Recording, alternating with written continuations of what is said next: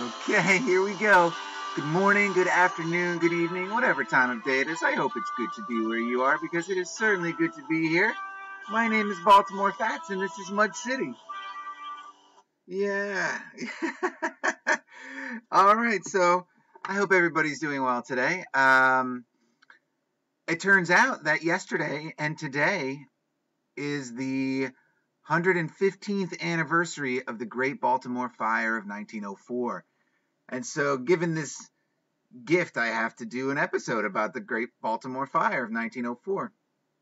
I wish I'd known this was coming because I would have done a much more thoroughly researched presentation because I think clearly this is a very important event, not only in the history of Baltimore, but in the history of America itself. So I found this website, which is really very interesting, and I'm going to do this one, and I'm going to do a little bit from the wiki, and I got some pictures to show, and my cat just jumped all over me. And, okay, so here we go. The Great Baltimore Fire of 1904. Phase 1, Sunday morning, 11 a.m. On Sunday, February 7th, 1904, most of Baltimore was looking forward to a quiet Sunday afternoon. The firefighters at Engine Company 15 were preparing for morning inspection at 11 a.m. However, at 10:48 a.m., they received an automatic alarm at the John E. Hurst and Company, located between Hopkins Place and Liberty Street on the south side of German Street, now Redwood. The Salvage Corps responded first, as did 5th District Engineer Levin Burkhart, Engine 15 and Truck 2. Now, a couple things that jump out at me in this paragraph is they received an automatic alarm, which is interesting. And that also that it was the Salvage Corps was the first to respond. And so this little photographic tour is really neat. And this is, they say, where it started, right? And I have, I don't know if I have this particular picture, but I have a bunch of pictures set up. So the explosion of the Hearst Company building sent flames and firebrands onto the roofs and through windows of nearby buildings. Within minutes, 4 additional buildings were on fire and threatening others. Chief Engineer George Horton ordered a general alarm and sent a telegram to Washington that read, "Desperate fire here, must have help at once." And all right, so this is phase 1. All right, phase 2. Engine 15 turned up Liberty Street. Captain Call could see smoke coming from the top floor of the Hearst building. Captain Call did not think he had much of a fire, so he went to check the automatic alarm box. See, I know what they're talking about, and I pulled up I searched for it, right? Automatic alarm box. And this is what comes up today. So it's like this thing. But I'm curious as to how it worked, how it functioned. What was the alarm? It's because the box indicated that the fire was in the basement. How did the box know where the fire was? That's what I'd like to know. As a result, Captain and his crew forced entry through a glass door on the German Street side and entered the building with a chemical line and a hand line. As the crew was standing on the stairs to the basement, they could see the fire rolling across the ceiling towards the elevator shaft. It was not long after Captain Call entered the building when black smoke rolled down the elevators. So they go in the building and they can see the flames rolling across the ceiling towards the elevator shaft. And so it was not long after the captain entered the building when black smoke rolled down the elevator shaft. An explosion on the upper floors was powerful enough to blow off the roof, break several windows, and also throw large embers across the street into the broken windows of several neighboring buildings. So, big explosion happens at the Hearst building. Bam. We got ourselves a fire in downtown Baltimore. So phase 3, this is Sunday at 6 p.m. The fire quickly spread, and in minutes the surrounding buildings were ablaze. Chief George Horton, who responded just after 11:10 a.m., realized the severity of the fire and summoned almost the entire Baltimore City Fire Department, including 24 engines and 8 hook and ladders, to the scene. At 11:55, the chief requested help from Washington, D.C. The wind was blowing from the southwest, driving the fire towards the northeast. The fires raged towards the courthouse and City Hall, consuming everything in its path. At 1:30 p.m., the first mutual aid engines from Washington arrived. It was discovered that their couplings would not fit Baltimore's fire hydrants, so they were wrapped with canvas. This reduced their effectiveness and continued to cause problems with the arrival of other mutual aid companies who came later. And this is one of the reasons why this disaster was important on a national scale, because it created a national standard for fire hydrants, hoses, couplings, and things like that. Because it didn't, and in the wiki they talk about it a little bit more. So it spread to the savings bank. I think I have a better picture of this one coming. Moving right along down Baltimore Street. I definitely have a different one of this. Down through the Union Trust. See, this is the way it's spreading, and it takes up. And I also have Google Earth brought up to kind of give you an idea as to how much of Baltimore it takes. This actually took up. All right, phase 4. Here we go. It's moving. Look at that. It's just burning up Baltimore. It was decided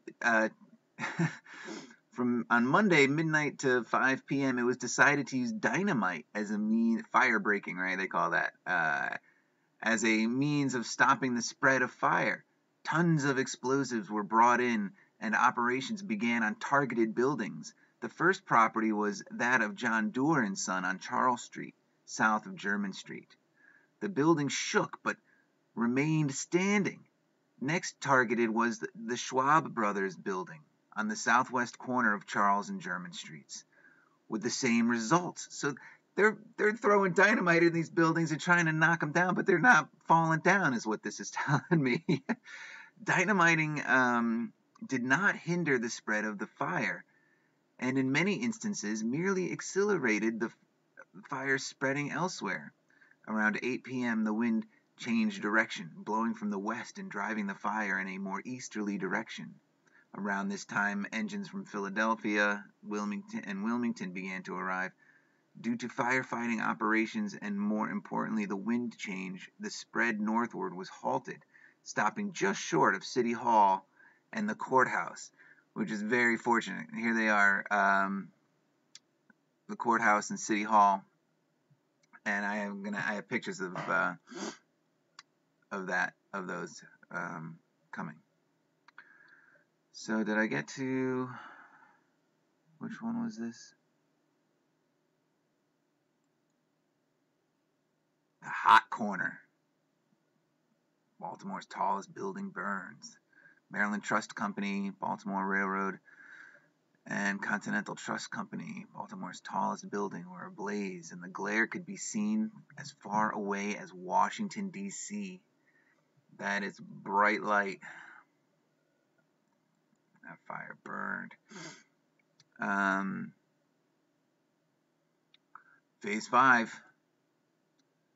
After midnight and into the day on February 8th, the wind changed again, blowing from the northwest. It brought in a cold front and moved the fire east to southeast at around 25 miles an hour. Luckily, this was the last change in the wind direction for the duration of the fire. About this time, another fire started at the Maryland Institute Association of Mechanical Arts and grew around Center Market and Water Street, started by firebrands that blew across from the western part of the city.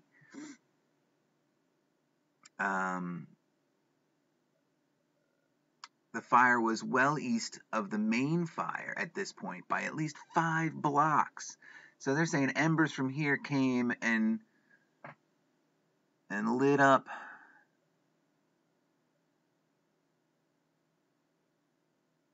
I don't know. I guess maybe they don't have a picture of that. But these embers traveled 5 blocks and lit up this other building, which started a whole new fire that connects. Right, and see, this was interesting. Unfortunately, this isn't supported. They have film footage. It says film footage of the ruins at Center Market, but there's, if you cannot, you may need to download the latest version of Windows Media. Yeah, sorry guys. Too far along now, but that's interesting. I'm going to try to do that and see what that looks like. All right, phase 6, here we go. By 6 a.m. on Monday, the fire had reached Pratt and Light Streets. A heroic stand was made by mainly mutual aid engines, primarily from Philadelphia. Through their efforts, the buildings and piers along Light Street south of Pratt were saved, thus preventing the fire from reaching Federal Hill and the rest of South Baltimore. The fire was moving east along Pratt Street toward the Jones Falls. Steam fire engines lined the docks, taking water from the harbor and attempting to save the many piers and wharves that lined Pratt Street. Faced with 25-mile-an-hour winds in their faces, the firemen bravely tried to stand their ground. They were finally driven from the area, and in some cases, the units were trapped by surrounding fire for periods of time. Fortunately, all members reached safety.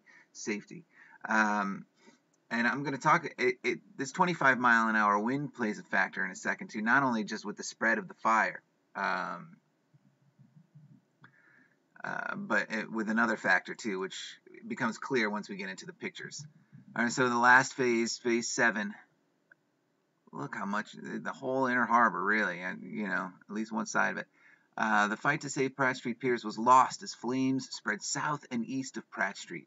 The only hope of saving East Baltimore was the Jones Falls. Thus, a fire department stand was established along the east side of the falls. Starting around 11 a.m. until 1:30 p.m., 9 engines from New York City, along with 2 more engines from Wilmington, were placed along the Jones Falls. A total of 37 steam fire engines took water from the falls from Baltimore Street south and established a wall of water to halt the advancing flames. Although the major part of the conflagration was over by 3 p.m., it took weeks for the smoldering fires to finally be put out. So, huge area, and just going to go over some of it quickly in here, because they bring up some good points in this one. Like the number of firefighters, 1,231 firefighters helped bring the blaze under control. But here, it destroyed much of central Baltimore, including 1,500 buildings, over 1,500 buildings, covering an area of 140 acres from North Howard Street to Fayette Street, and narrowly missed the 1900 Circuit Courthouse. Look at that building. And there's going to be episodes. You can see here the way it's kind of sloping. There's courthouse is covered in mud. Past the Battle Monument. Lucky we missed that. And the quarter-century-old Baltimore City Hall, which is 1875. And there's going to be an episode about City Hall, trust me. Look at that thing.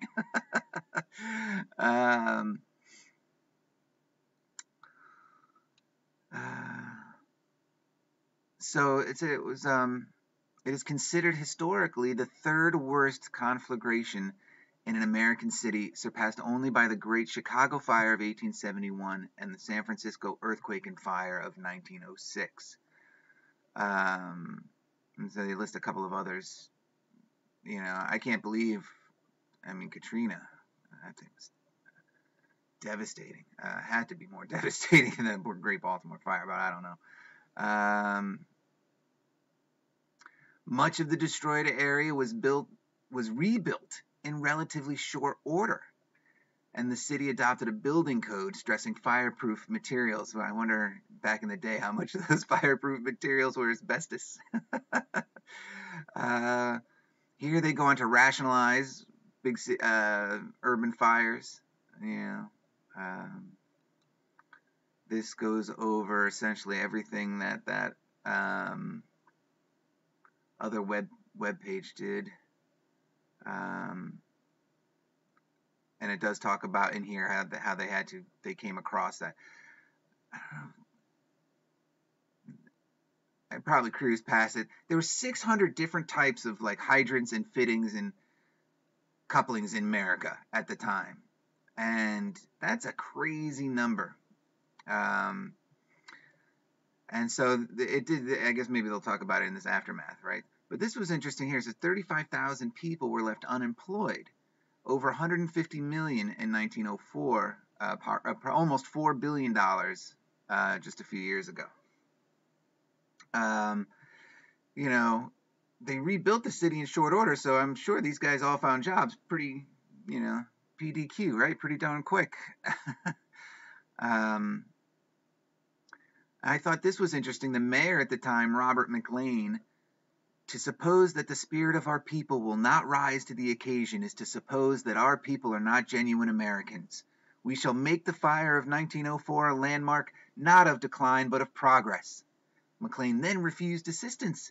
As head of this municipality, I cannot help but feel gratified by the sympathy and the offers of practical assistance which have been tendered to us. To them, I have in general terms replied, Baltimore will take care of its own, thank you. Wow.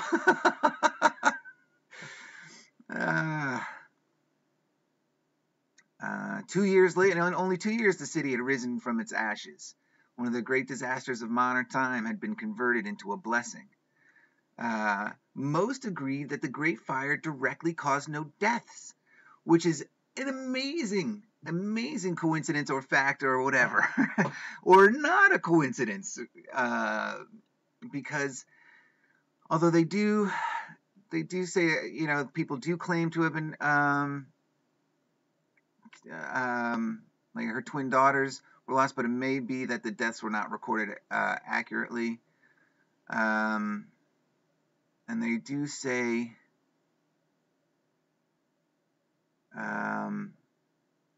there was a recently rediscovered newspaper article from The Sun that tells of the charred remains of a colored man being pulled almost 2 weeks after the fire. So who knows? That may not be related. It could be related.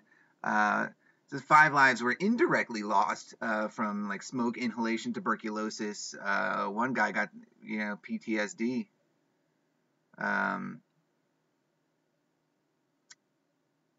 And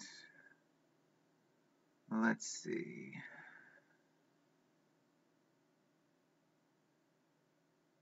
Yeah, coming up, I wanted to talk. There's a couple interesting. They talk about how the newspapers there was damage to newspaper offices downtown. And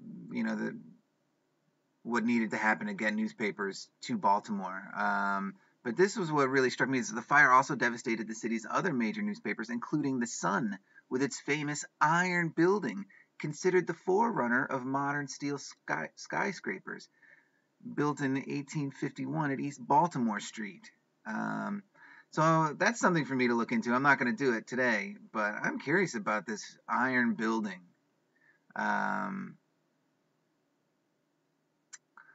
And no, wait, I passed it.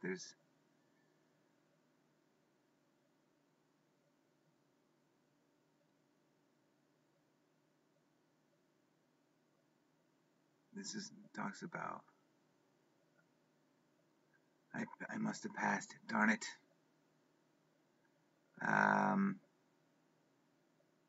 There was a great anecdotal story in here somewhere. Oh wait, maybe here it is. Yeah. So this guy, Thomas Lurs, a letter carrier for the post office, rescued tons of mail from the burning Central Post Office on the east side of Battle Monument Square on North Calvert Street between East Lexington and Fayette Streets. He gathered a group of men who loaded bags of mail onto horse-drawn wagons.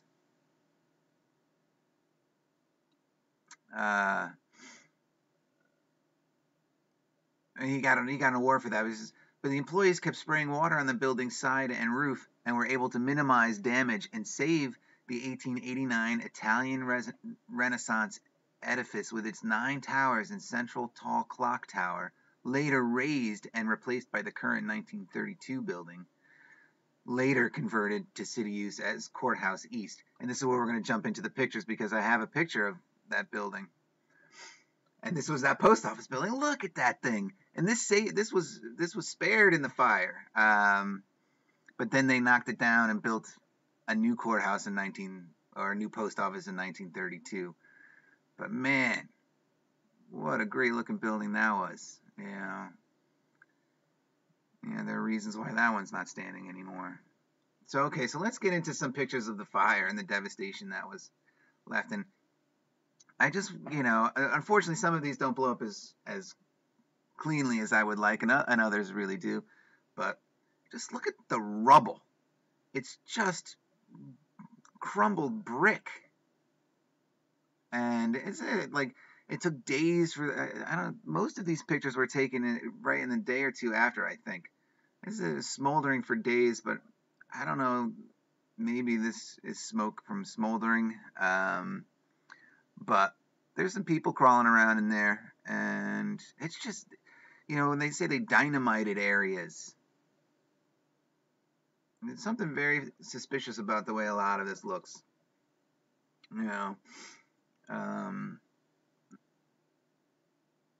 All the roofs are like totally burned out and blown out, and some of these walls have completely collapsed, yet this telephone pole is fine.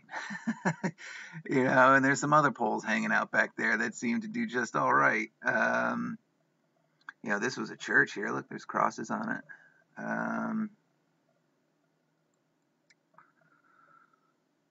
This is the line, I guess.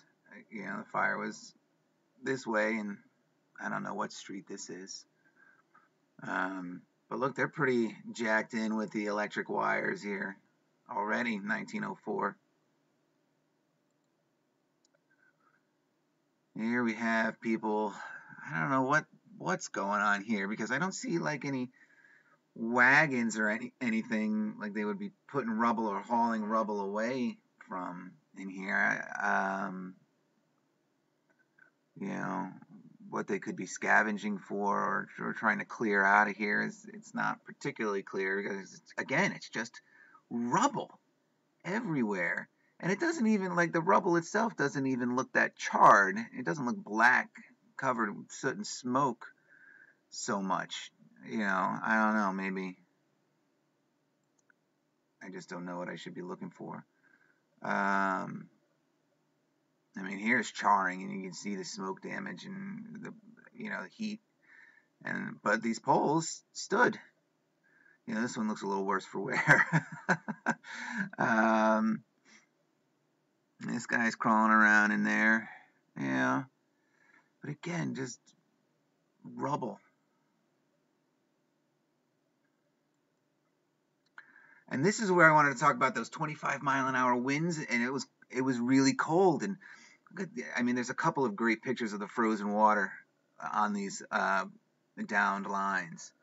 Isn't that just spectacular looking? And that's, if it's cold enough to do this, and you have 25-mile-an-hour winds in your face, and also spreading the fire, I couldn't have helped that the water was freezing before it could get to the to the blaze. Again, was this one that they threw a bunch of dynamite in, the way it collapsed? And I try to get up as close as I can and look around for stuff, and some of these pictures kind of even almost have like a painterly feel, or there's some matting going on, some layering. Like, that almost has like a watercolor-y look to me. I don't know. See, here's a rig they have set up to haul stuff away.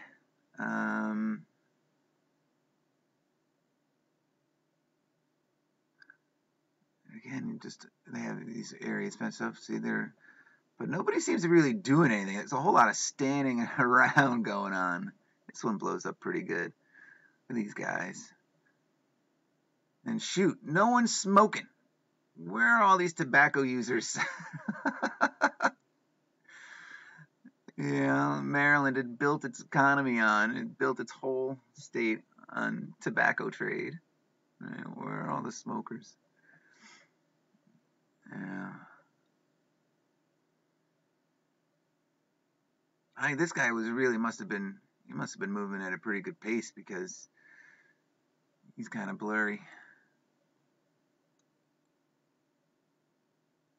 I wanted to see if there were faces up in here, but there really aren't. But I thought this was like ramp and everything was like hastily constructed.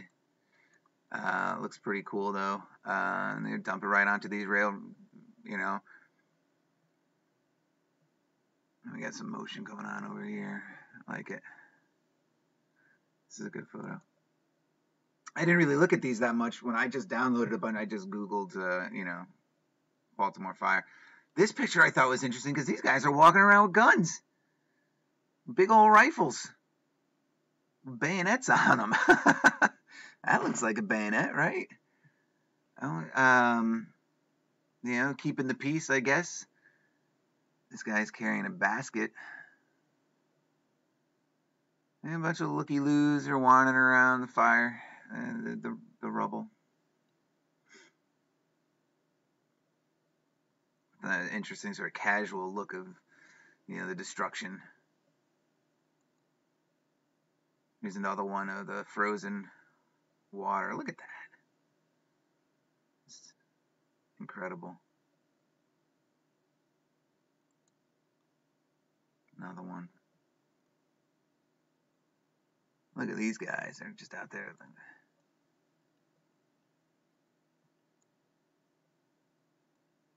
Got boots and overalls. Look at this guy back here.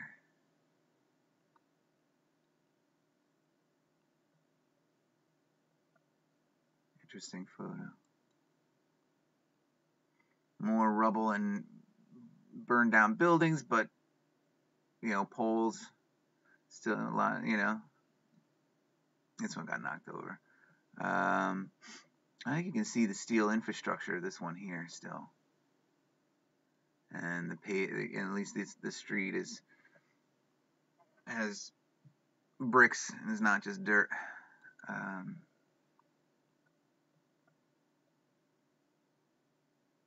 This is another one that almost has more of like a drawing or pencil sketch background, but maybe a little bit of photography in the foreground. I don't know. Was seen after the big fire, Baltimore, Maryland. But interesting that they represent, look at all the poles still standing right in the middle of all of this. Major destruction. Here's one, telephone pole fell or whatever.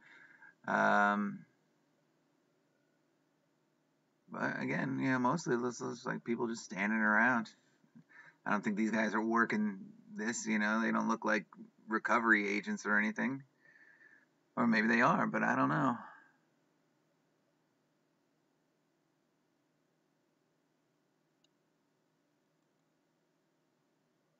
Just look at mountains of rubble.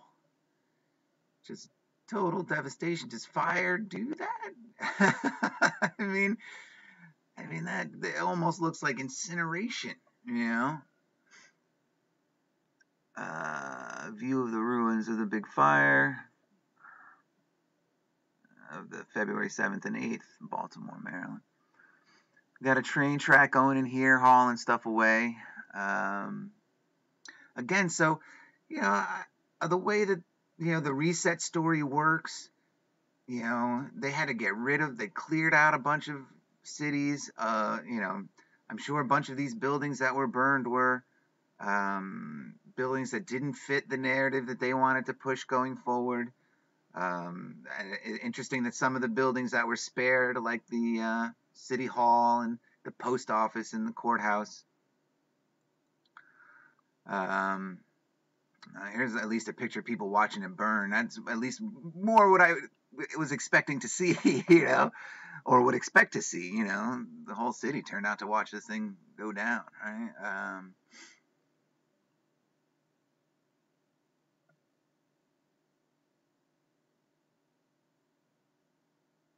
Just give you a second with that picture. I don't know what this is a picture of. How'd you get in here? But it does show the streets and stuff, and it does show relatively few people. Hey, I can't blow this one up that good without it getting all crazy and pixelated. But it does show railroad tracks or trolley tracks going down the middle of that street. There's more people standing around in the ruins. Just amazing how, it looks bombed. It looks like the devastation you see, like in the Middle East, and after all those bombing campaigns, what happened in London, and after Germany bombed the crap out of London, which now, looking at the way the false narrative is presented, that maybe that whole thing was a campaign to wipe out, it was targeted bombing to wipe out, it was London's equivalent of these great fires and natural disasters. The way our history is, how the potential is there for all of our history to be completely fabricated. Who's to say that isn't the case with London? Just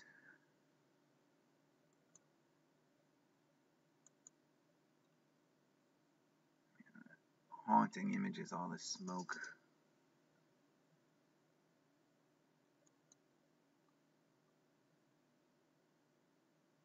Thought this was a good one too. These two shadowy people walking down.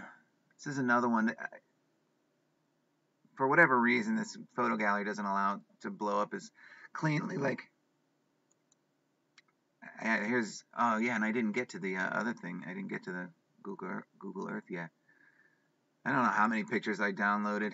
A lot.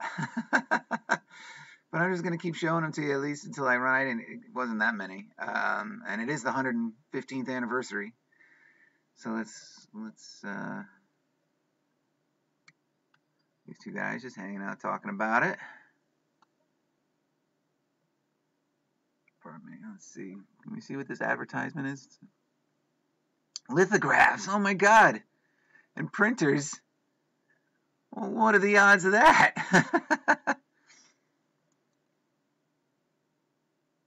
I thought this guy was kind of cool looking. What's he's got going on with this barrel? He almost looks like a ninja. Like if he...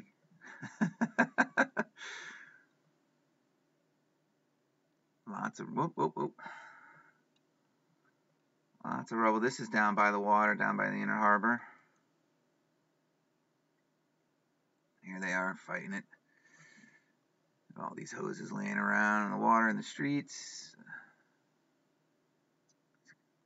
See, and this one also has a very sort of staged feel about it. I don't know. They're all looking at the photographer. This guy can't stand still. Some guy's looking the other way. This guy's hanging out up here. But it could just be a matter of, photographer just set up his tripod and set up this picture, and everybody's just kind of looking at this building. But it doesn't look like actively burning anything, right? I don't know. This picture is kind of puzzling to me.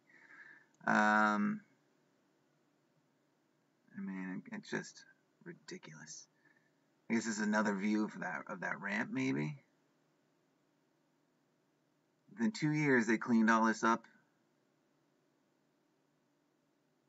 What's going on over here? I wonder what was in that wagon. What they use these wagons for. Because they're really not sort of conducive to hauling anything away with those. Interesting. Oh, burnt out these from the inside. They're hollow shells. Now, sorry, this one goes on too long today, guys. And like I said, I wasn't sort of prepared for this. I just found out that it was the anniversary late last night. And so I just woke up and pulled up some images and read those articles, and here we are, you know. So I didn't set a timer, I don't think. So this is a nice panoramic of it. Look at that. Crazy. But it does. It looks more like bombing happened. Yeah, hard to, with the smoke the way it is, it's hard to see like flames shooting out here. I don't see anything like that, but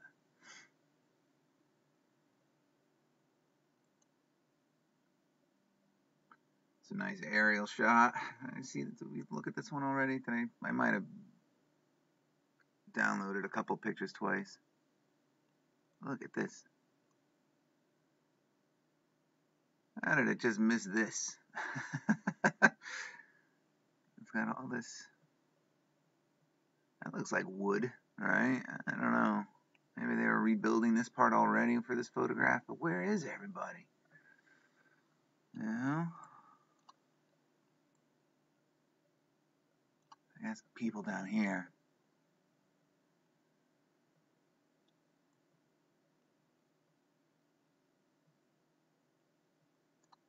Very interesting.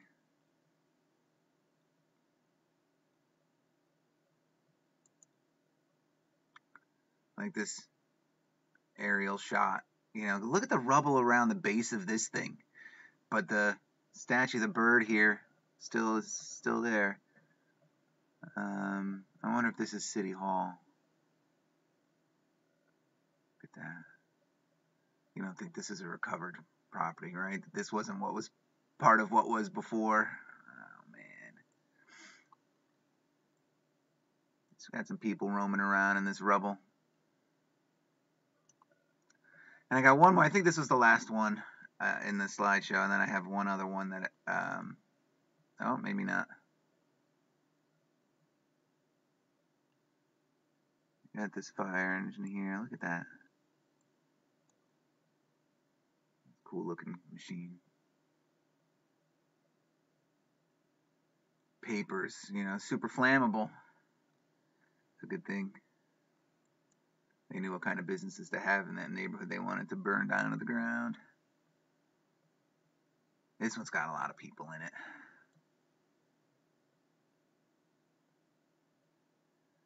And again, there's just like they're coming down to check it out, you know. This is like Sunday activity. This isn't let's go clean up the neighborhood. At least it doesn't look that way to me. Okay, this is the Inner Harbor. That's the power plant right there. It's a great shot of the power plant. It seems to have some scaffolding going on up around it. It's a great looking building. Nice. So this is the Inner Harbor right here. What is the Inner Harbor today? Yeah.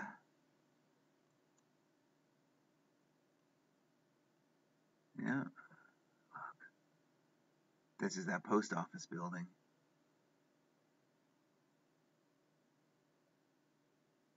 Which does not stand anymore. Crazy. I mean, just how it looks so like disintegrated is just crazy to me. What we got piled up in this cart here? Just barrels. What are you doing with barrels? You filling barrels with bricks?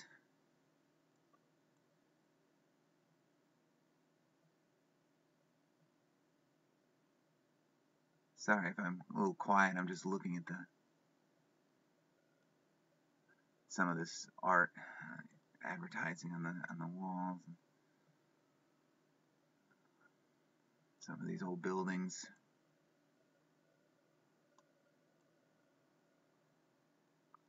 Yep, they perpetrated a giant crime. Yeah, so that's the end, and then I have one other picture, which I really like to blow up, like these two guys. Just, I don't know, this guy's dragging something, and these guys look absolutely filthy. You know, like they were hanging out in the smoke and soot, and yeah, they're covered. Look at that, how black their hands are, right? So I was scrolling around this one a little bit, and I noticed this back here.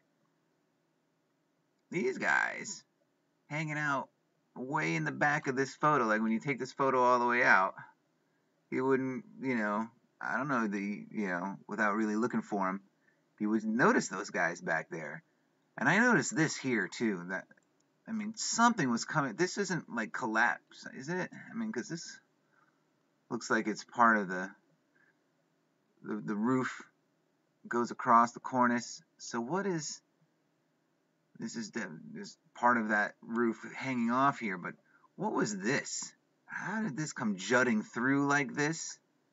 Where did it fall from? Or did it, like, was it forced in here like an explosion in one of the explosions? Or was this a structure that was built off of this building? I don't know. This is weird. It looks like this was like shrapnel lodged in this building is what this looks like to me. Crazy. And these two guys, and I don't know what this is. Looks like a car back there. I don't know what that is back there.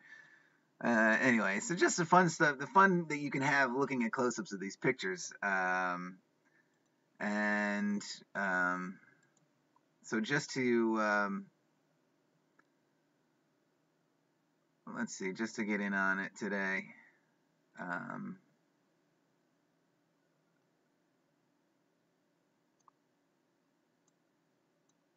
Oh wait, can I find are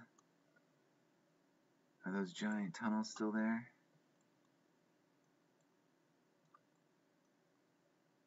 Yeah, they're still there. They're still part of the Matrix. Look at that. Man, oh man. One of these days I'm going to find out about that. Alright, so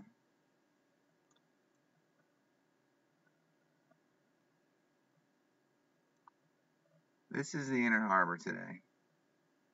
And the fire wiped out like all of this.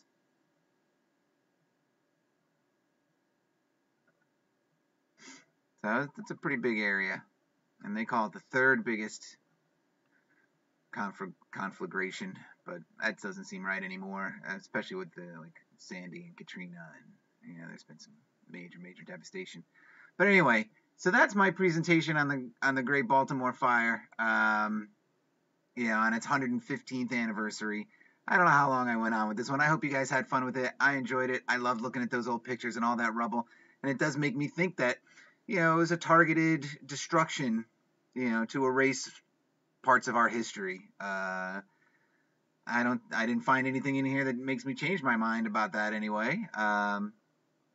So thanks everyone for watching and listening, and I hope you guys enjoyed this one, and it was nice to do a video today. I thought I was going to get back into the research mode, but now I've knocked out another video. The Baltimore gods, the bear in Baltimore, they gifted me with this one today, and so yeah. So please be well, everybody. Take care of yourselves, and until the next one, cheers.